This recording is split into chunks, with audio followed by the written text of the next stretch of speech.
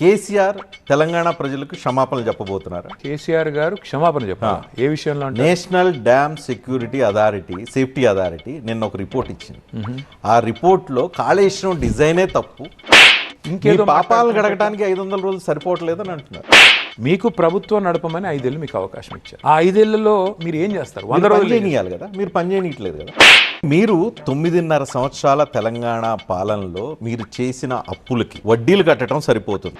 మీరు చేసిన ఖజానా ఖాళీకి నిండటం లేదు. క్లియర్ కట్ గా ముఖ్యమంత్రి ఓపెన్ గా బహిరంగ సభల్లో ప్రజలకు చెప్తున్నారు, తెలంగాణకు వచ్చే ఆదాయం ఎంత, ఖర్చులు ఎంత, అప్పులకు వడ్డీలు ఎంత.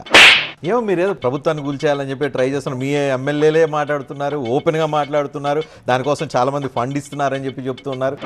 ఎక్కడో ఏదో ఉద్దేశం జరుగుతుంది, ఎక్కడో ఏదో కుట్ర జరుగుతుందని అనుమానాలు ఉన్నాయి. ప్రభుత్వం మీద మీరు వ్యతిరేకత ఉంది, చెడ్డ పేరు తెచ్చుకుంటున్నారని. ఇది కేటీఆర్ ఒక సెక్షన్ ఆఫ్ బీఆర్ఎస్, లేకపోతే కేటీఆర్ దగ్గర ఉండే సోషల్ మీడియా వింగ్ మీకు మాత్రమే పరిమితం అయిపోయిందనే ఒక ఆలోచన కనిపిస్తుంది. ప్రజలు ఆక్రోశిస్తే తప్ప ప్రజలు అడిగితే ప్రజలు రోడ్డు మీదకి రావాలి. బీఆర్ఎస్ నాయకులు కేటీఆర్ తప్ప బయటికి వచ్చి ఎవరు అడుగుతున్నారు? ప్రజలు అడుగుతున్నారు. ప్రజల ఆక్రోశం అనేది కేవలం కేటీఆర్ చుట్టుపక్కల ఉండే సోషల్ మీడియా యాక్టివిస్టులకు మాత్రమే ఉందని. ఈ ఫామ్ హౌస్ పాలన అన్నారు. ఇప్పుడు ప్రతిపక్షంలో ఉన్నప్పుడు కూడా సేమ్ ఫామ్ హౌస్ లోనే కేసీఆర్ ఉంటూ ఉన్నారు.